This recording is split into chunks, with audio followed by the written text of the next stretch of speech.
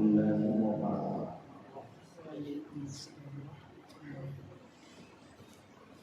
نحمده ونصلي ونسلم على رسوله الكريم.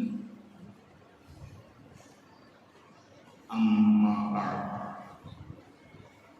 فأعوذ بالله من الشيطان الرجيم ببركة بسم الله الرحمن الرحيم. ألا إن أولياء الله لا خوف عليهم ولا هم يحزنون الذين آمنوا وكانوا يتقون. صدق الله مولانا العظيم وبلغنا رسوله النبي الأمين الكريم الرؤوف الرحيم، ونحن على ذلك لمن الشاهدين والشاكرين، والحمد لله رب العالمين.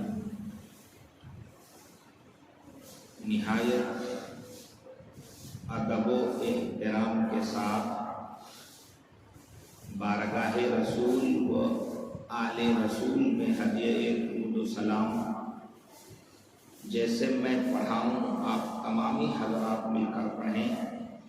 اللہم صلی وسلم وبارک علی سیدنا و مولانا محمد النبی الأمی العظیم الحبیب القدر العالی الجاہ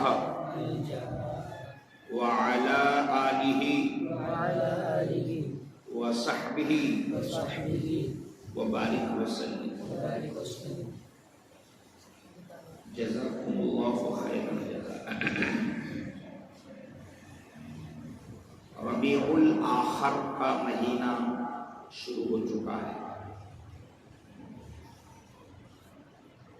عرف عام میں، عام مسلمانوں میں اس مہینے کو 11ویں کے مہینے کے نام سے بھی یاد رکھتے ہیں، جانتے ہیں، مانتے ہیں. اس مہینے کی نسبت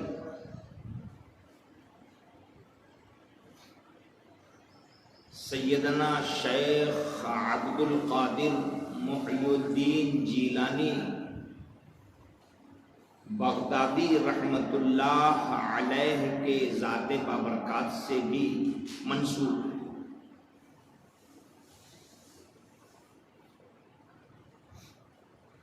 ہندوستان، پاکستان میں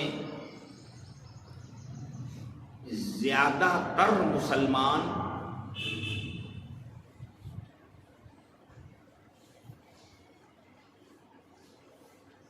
اس مہینے کو 11ویں کے نام سے جانتے ہیں، اور ویسے پوری دنیا کے مسلمان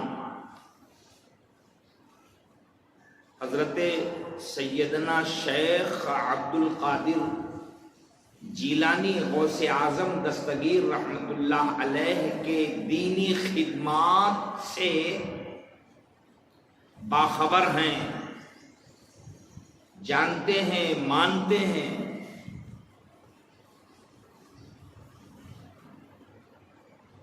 یہ سوال آج کل کے زمانے میں پریشان کرنے والا ہے، لوگوں کی معلومات کم ہونے کی وجہ سے. اب لوگ اولیاء اللہ کے بارے میں عجیب عجیب قسم کے سوالات قائم کر رہے ہیں اور کرتے ہیں. وہ بھی سوال ان کی لا علمی کی وجہ سے کرتے ہیں. دین اسلام اور اس کے خدمات کے حوالے سے وہ سوال کرنے والوں کو گہرائی کی کوئی معلومات نہیں ہے، اس لیے اولیاء اللہ پر اعتراضات ہوتے رہتے ہیں، لوگ کرتے رہتے ہیں،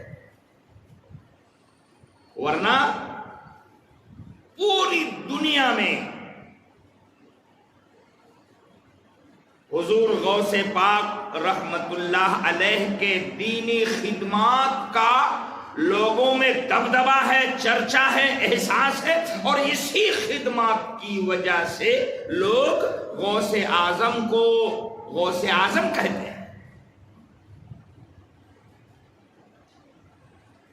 بڑی خدمات ہیں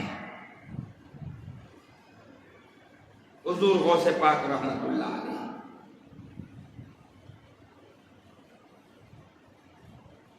بلکہ آپ کا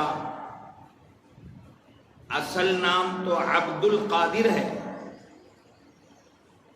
لیکن القابات میں آپ کا ایک نام محی الدین بھی ہے۔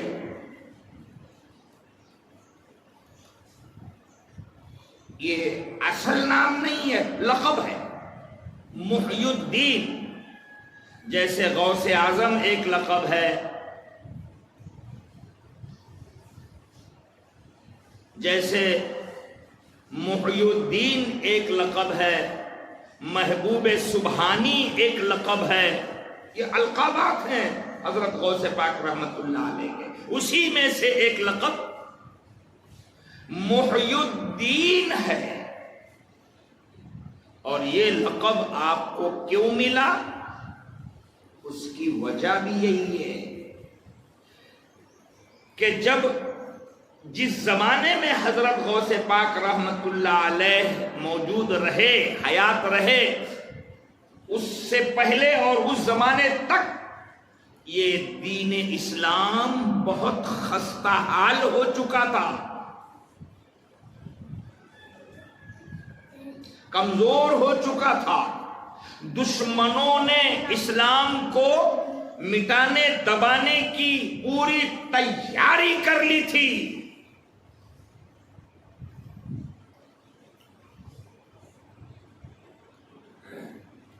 جیسا کہ آج کے ماحول میں بھی آپ دیکھ رہے ہیں کہ کچھ دشمن طاقتیں اسلام اور مسلمانوں کو طرح طرح کے الزامات لگا کے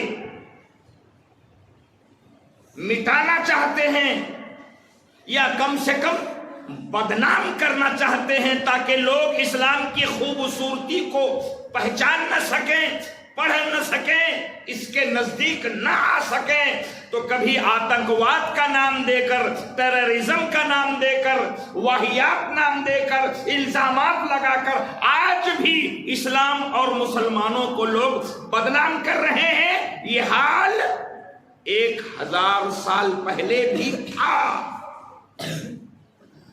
اور ایک بات، جو اس زمانے میں یہ کانڈ کر رہے ہیں، یہی لوگ اس زمانے میں بھی یہی کانڈ کر رہے ہیں۔ اسلام دشمن طاقتیں حضور علیہ السلام کے ظاہری حیات میں موجود تھی، اور ان سازش رچنے والوں کا سلسلہ حضور صلی اللہ علیہ وسلم کے سامنے بھی تھا، اسلام مٹانے اور بدنام کرنے اور برباد کرنے اور مٹا دینے کا، اور بعد میں بھی تھا، اور بعد میں بھی رہا، اور بعد میں بھی رہا، یہاں تک کہ یہ آج بھی ہے۔ اور یہ دشمنوں کی ٹولی جب تک اللہ چاہے گا رکھے گا، مگر ان کو دنیا سے ایک دن جانا ہے، ختم ہونا ہے۔ اسلام کی دشمنی میں کسی کی عمر لمبی نہیں چلے گی، ختم ہونا ہے۔ کیونکہ قرآن پاک میں اللہ نے اعلان کر دیا ہے،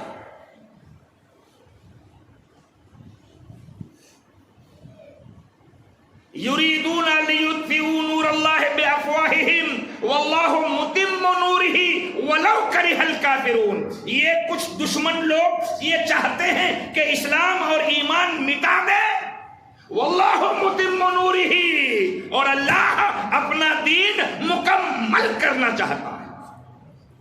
وَلَوْ كَرِهَ الْكَافِرُونَ، یہ دشمنوں کو برا لگتا ہے، لگے، اسلام کا ورچسو ان کو برا لگتا ہے، لگے، یہ مشرکوں کو برا لگتا ہے، لگے، مگر اللہ کا منشا ہے کہ اسلام ایمان بلند ہو کے رہے گا۔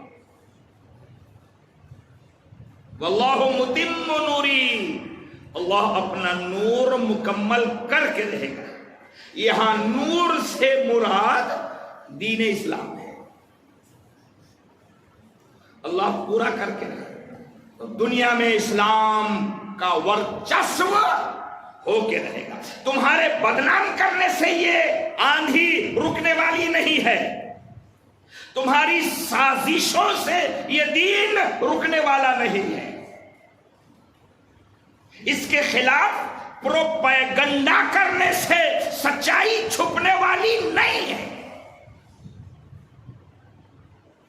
کسی کہنے والے نے بڑے اچھے انداز میں کہا، اسلام تیری فطرت میں قدرت نے لچک دی ہے، یہ اتنا ہی ابھرے گا جتنا کہ دباؤ گے، تم دباؤ گے تو پھر بلند ہوگا، تم چھپاؤ گے کھلے گا۔ اسلام وہ سچائی ہے جو تمہارے دبانے سے دبنے والی نہیں ہے۔ آج کیا ہو رہا ہے فلسطین میں، غزہ میں؟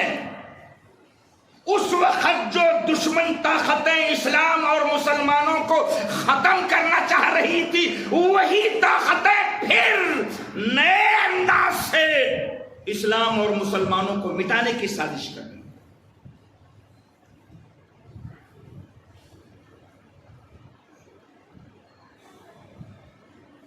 مگر ان توپوں کی طاقت سے، راکٹ کی طاقت سے، بموں کی طاقت سے اسلام دبایا نہیں جا سکے گا، سچائی مٹائی نہیں جا سکے گی، حق چھینا نہیں جا سکے گا۔ حق حق ہے، انصاف انصاف ہے، سچائی سچائی ہے، وہ بموں سے سچائی چھپنے والی نہیں ہے۔ یہ دنیا کی پاگل ہے،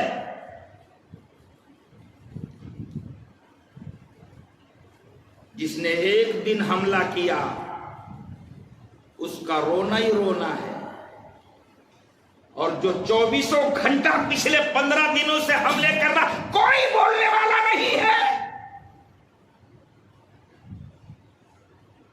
ہم مسلمان کسی پر بھی ہو ظلم اس کے خلاف ہے، کوئی ظلم کرے ہم خلاف ہے،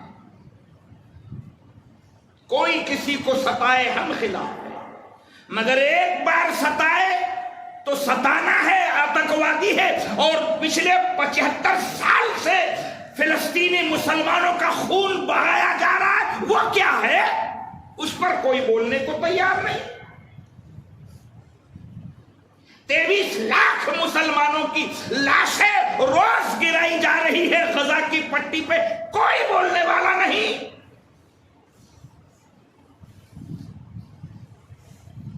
لے دے کے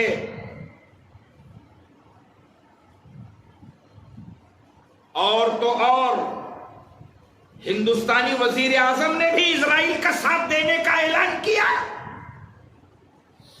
ظالم کا ساتھ دینے کا اعلان کیا، حالانکہ اس ملک میں اس وزیر اعظم سے پہلے کسی وزیر اعظم نے ایسا نہیں کیا۔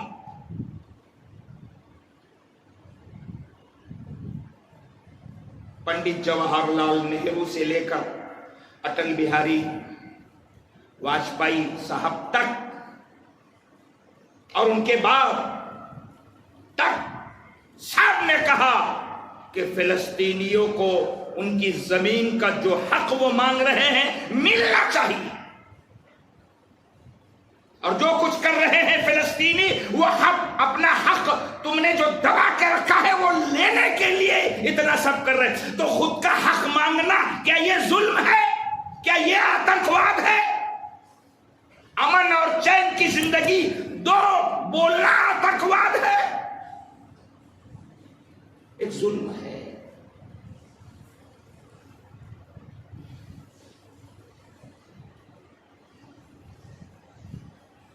قرآن پاک میں ایک بہترین جگہ اللہ پاک نے ارشاد فرمایا، وَلَا تَحْسَبَنَّ اللَّهَ غَافِلًا عَمَّا يَعْمَلُ الظَّالِمُونَ إِنَّمَا يُؤَخِّرُهُمْ لِيَوْمٍ تَشْخَصُ فِيهِ الْأَبْصَارُ۔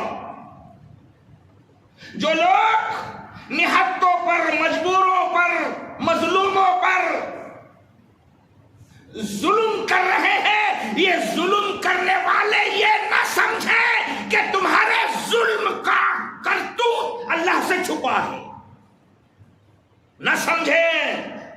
وَلَا تَحْسَبَنَّ اللَّهَ غَافِلًا عَمَّا يَعْمَلُ الظَّالِمُونَ، ظلم کرنے والے اپنے بموں کی بنیاد پر، طاقت کی بنیاد پر، اور دنیا کے بڑے طاقتور تمہارے پیچھے کھڑے ہیں، اس پیچھے کھڑے رہنے کی بنیاد پر تم سمجھتے ہو کہ ظلم چھپ جائے گا۔ نہیں، اللہ فرما رہا ہے اس چکر میں نہ رہنا کہ پوری دنیا کی طاقت تمہارے پیچھے آ گئی ہے تو اب تمہارا کوئی بال ٹیڑھا نہیں کر سکتا۔ اس چکر میں نہ آنا۔ انما یؤخرہم لیوم تشخص فیہ الابصار، ہم ڈھیل دے رہے ہیں اور پھر ایک پکڑ ایسی کریں گے کہ دنیا دیکھتے رہ جائے گی، وہ حشر ہوگا۔ ظلم اچھا نہیں ہے، ظلم کبھی بھی اچھا نہیں ہے۔ پوری دنیا کے مسلمان فلسطین کے ان پریشان حال مظلوم لوگوں کے ساتھ ہمدردی میں شریک ہے، آج شریک ہے۔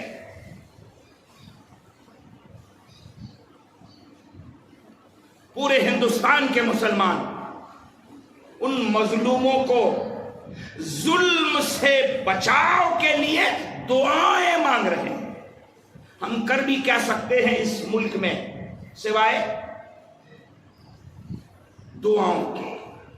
یہ ہمارا ایمانی رشتہ ہے، دعائیں تو ہونا چاہیے۔ ہم نے تو اس ملک بھارت میں منی پور میں جو ظلم کیا گیا اس کے ورودھ میں بھی آواز بلند کی ہے۔ ہمارا ان منی پور کے مظلوم لوگوں کے ساتھ مذہبی رشتہ ہو نہ ہو مگر مانوتا کا رشتہ تو ہے۔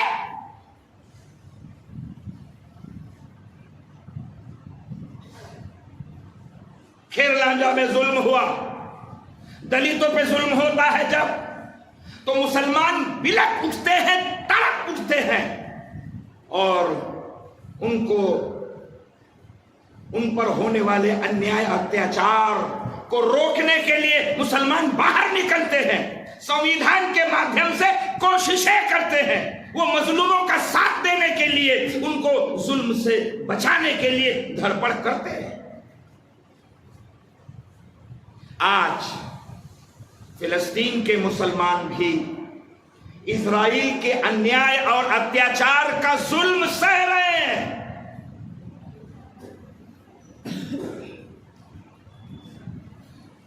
اور اس ظلم کے خلاف ہندوستان میں بہت سارے سماج کے لوگ باہر نکل رہے ہیں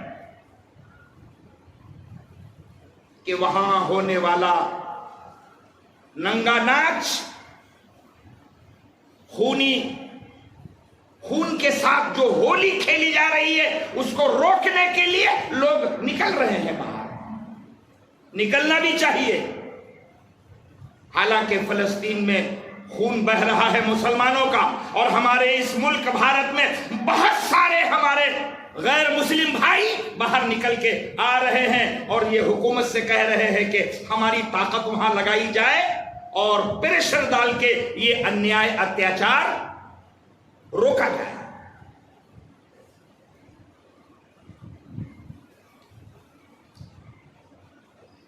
عرض کر رہا تھا کہ اسلام اور مسلمانوں پر اکثر یہ پوائنٹ آیا ہے اور مسلمانوں نے ہمت سے، صبر سے، دور اندیشی سے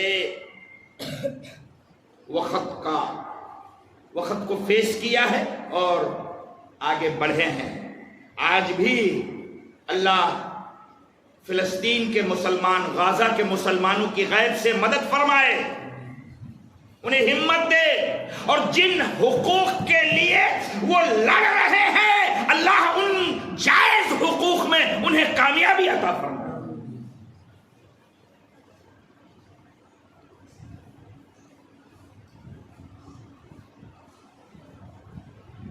میں عرض کر رہا تھا پیران پیر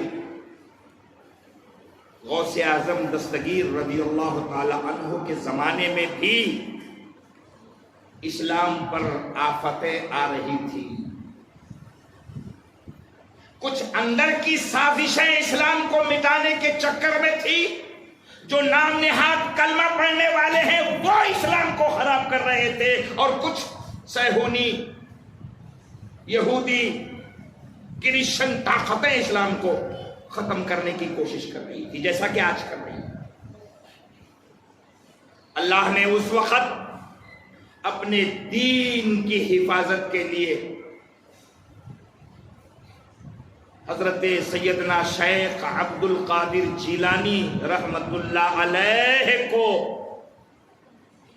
پوری طاقت کے ساتھ، غیبی طاقت کے ساتھ جلوہ گر فرمایا، اور اکیلے عبد القادر نے رضی اللہ تعالی عنہ دشمنوں کو جس حسین پیرائے سے ان کے انجام تک پہنچایا، اور وہ دین جو سمٹ رہا تھا، وہ جو کمزور ہو رہا تھا، عبد القادر جیلانی سے اللہ نے دین اسلام کو وہ فائدہ پہنچایا کہ دنیا کہنے لگی کہ عبد القادر وہ ہے کہ انہی سے دین کو زندگی ملی ہے، اور اسی دین کو زندگی ملنے کا نام محی الدین رکھا، کہ محی الدین کا معنی ہی ہے دین کو نئی زندگی عطا کرنا۔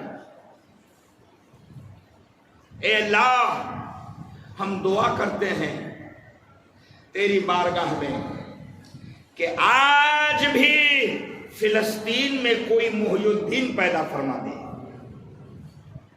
آج بھی دنیا میں کوئی محی الدین پیدا فرما دے، آج بھی دنیا میں کوئی صلاح الدین ایوبی پیدا فرما دے، جو ہمارے مسجد اقصی کی حفاظت کے لیے مسلمانوں کو اکٹھا کر۔ آپ کو کیا معلوم یہ جنگ کا ہے کہ ہو رہی ہے؟ ٹائم نہیں ہے میرے پاس، کچھ پتہ نہیں ہے، اتنا معلوم ہے صرف، بلکہ یہ 15-20 سال کے لڑکوں کو تو یہ بھی نہیں معلوم ہے، ہر ایک کے ہاتھ میں موبائل ہے، وہ ٹکڑے ٹکڑے میں 10-5 چھوکرے بیٹھے والے ہیں، ہر لڑکا موبائل میں گم ہے۔ آپ دل پہ ہاتھ رکھ کے بولو وہ 15 کے 15 لڑکے جن کے ہاتھوں میں موبائل ہے کاہے میں گم ہے؟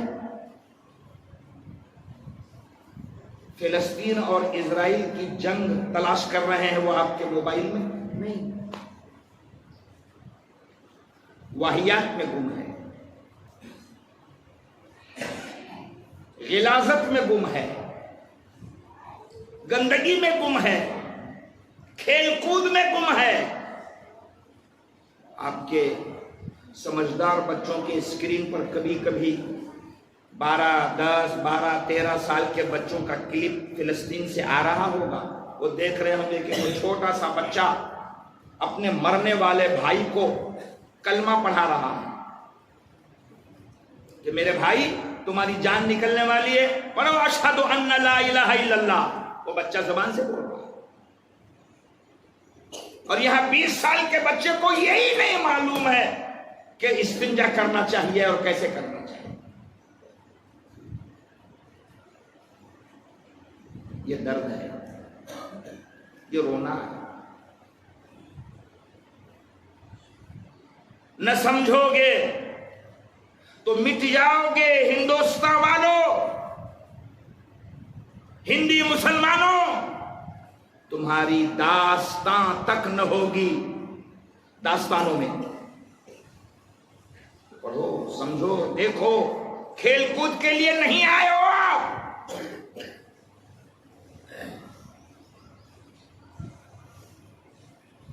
غریبی، بھوک مری، پریشانی تمہارے دروازے میں موجود ہے اور تم گیم میں لگے ہو۔ تمہارا باپ کما کما کے وقت سے پہلے بوڑھا ہو جا رہا ہے اور تم گیم میں لگے ہو۔ ماں دوسروں کے برتن دھو دھو کے کتنی بار شرمندہ ہو رہی ہے اور تم گیم میں لگے ہو۔ تمہارے گھر کے چھوٹے بڑے بھائی بہن بچے اسکول سے ونچت ہے اور تم گیم میں لگے ہو۔ محلہ کا محلہ پریشان ہے، تم گیم میں لگے ہو۔ چوری چپاٹی اور پتہ نہیں کیسی واہیات تمہارے ساتھ چل رہی ہے، تم کر رہے ہو، یہی مسلمان ہے؟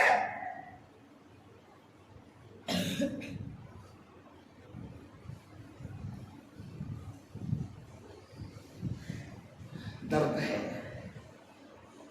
کاش میری یہ نئی نسل کو احساس ہو جائے۔ سنو، اگر تم نے موبائل میں پورا وقت گزارا تو بھی تمہاری عمر گزر جائے گی، بوڑھا تو تمہیں ہونا ہے، مرنا تو طے ہے، لیکن اس زندگی کا کوئی فائدہ نہیں۔ جو خود کے گھر کے لیے بوجھ بن رہا ہو اس کے جینے کا کیا فائدہ؟ جو اپنے ہی ماں باپ کی خوشیاں نہیں دے پایا اس بچے کی زندگی کا کیا فائدہ؟ جو اپنے ہی دین دھرم کو سمجھ نہیں سکا اس جینے کا کیا فائدہ؟ اگر عمر ملی ہے، جوانی ملی ہے، طاقت ملی ہے، عقل ملی ہے، وقت ملا ہے تو تھوڑا سا اس کا فائدہ لو، سمجھ سکو اگر سمجھو۔ بہت ضروری ہے، بہت ممکن ہے جمعہ کے اس اہم وقت میں میری گفتگو آپ کے لیے یا دور دراز سے جو لوگ سن رہے ہوں گے، میری آواز پہنچتی ہے گھروں میں تو وہاں تک ذرا چبھن محسوس ہو رہی ہوگی الفاظ میں، مگر میں چبھنے کے لیے نہیں، ایک حقیقت سے آگاہ کرنے کے لیے کچھ گفتگو اللہ کے گھر میں بیٹھ کے کرتا ہوں۔ بہت کچھ کھو کے بھی ابھی چانس ہے سدھرنے کا، بہت کچھ بگڑ کے بھی ابھی چانس ہے بنانے کا۔ کچھ نہیں بگڑا، اگر اس نئی نسل میں کچھ ریورس ہو گیا، صبح کا بھٹکا ہوا، شام کو گھر آیا، نہیں تم کو تو شام بھی نہیں ہوئی ہے، گھنٹہ 2 گھنٹہ ہی گیا ہے، ریورس ہو جاؤ۔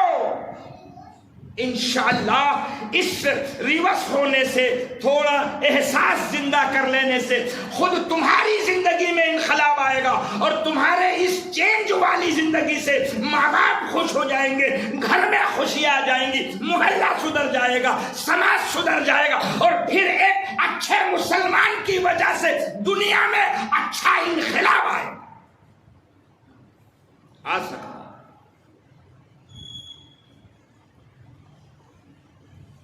ضرورت ہے کسی مولوی صاحب کے بولنے کی ضرورت نہیں، آپ سمجھو۔ اور مولوی صاحب کی سنتے کب ہو؟ اب تو باپ کی بھی سنتا نہیں ہے نوجوان، باپ بھی ڈرتا ہے بولنے کو، ماں بھی ڈر رہی ہے بولنے کو کہ بچہ کیا معلوم کیا کر لے گی۔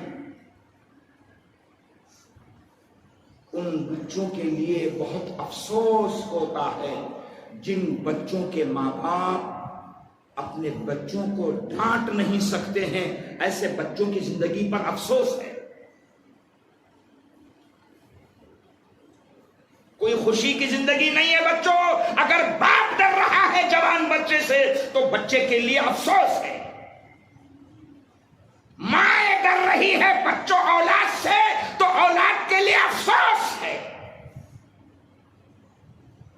کہ سنو تمہیں پتہ نہیں ہے، تمہاری مائیں ڈر رہی ہیں تم سے، تمہارے باپ ڈر رہے ہیں تم سے۔ ایسا مزاج بن گیا ہے یہ نئی نسلوں کا۔ اس موبائل نے، یوٹیوب نے، انسٹاگرام نے، فیس بک نے، اس کے استعمال نے، اس میں ہزار راستے تم نے نکالے ہیں، تمہارے باپ کو نہیں معلوم ہے وہ راستے، تم کو معلوم ہے۔ ان راستوں نے تمہیں بے خوف کر دیا ہے، خود غرض کر دیا ہے، انجانا اور بے خبر کر دیا ہے گھر بار سے اور معاشرے سے اور اسلام سے۔ ریورس ہو جاؤ، پلٹ جاؤ۔ ہم اس 2-4 روزہ زندگی میں تھوڑا سا کچھ کر لیں، اپنے لیے کر لیں، اپنے گھر کے لیے کر لیں، اپنے باپ کی محنتوں کی طرف دیکھیں۔ ماں کے آنکھوں میں اندر گھٹ گھٹ کے مرنے والے آنسوؤں کو پڑھ سکو تو پڑھو۔ جس بچے کو بھی یہ پڑھنا آ گیا، یہ سمجھ لو اس بچے پر اللہ کی رحمت پلٹ کے آ گئی، پلٹ کے آ گئی۔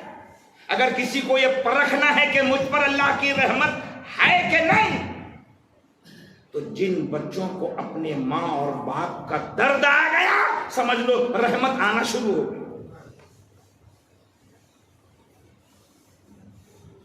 اپنے گھر کا احساس، چھوٹے بھائی چھوٹے بہنوں کا احساس، اپنے گھر کے ممبرز کا احساس اگر کسی کے دل میں جاگنے لگا تو سمجھ لو یہ اللہ کے نیک بندوں کے صف میں آنے لگا۔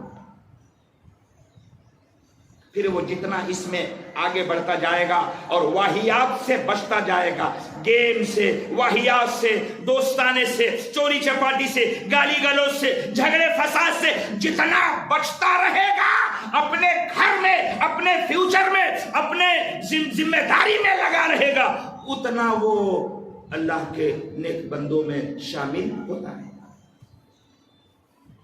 بات پھیل گئی، ابھی تو گفتگو ہی شروع نہیں ہوئی اور وقت پورا ہو گیا۔ بس خاص طور سے ہم جس علاقے میں رہتے ہیں، ہماری مسجد ہے، ہمارے علاقے میں جو لوگ، جو نوجوان بچے رہتے ہیں، یہ برا حال میرے آس پاس کے ماحول میں زیادہ ہے۔ یہ رونے اور تڑپنے والا دکھ بھرا ماحول اس علاقے میں زیادہ ہے۔ اس لیے یہاں محنت کی ضرورت ہے، یہاں کام کی ضرورت ہے، یہاں تڑپ کی ضرورت ہے۔ اگر آپ سمجھتے ہو کہ کبھی کبھار مسجد میں آ کے جمعہ کو جمعہ ٹکر لے لیا تو اللہ راضی ہو گیا، غلط خیال ہے۔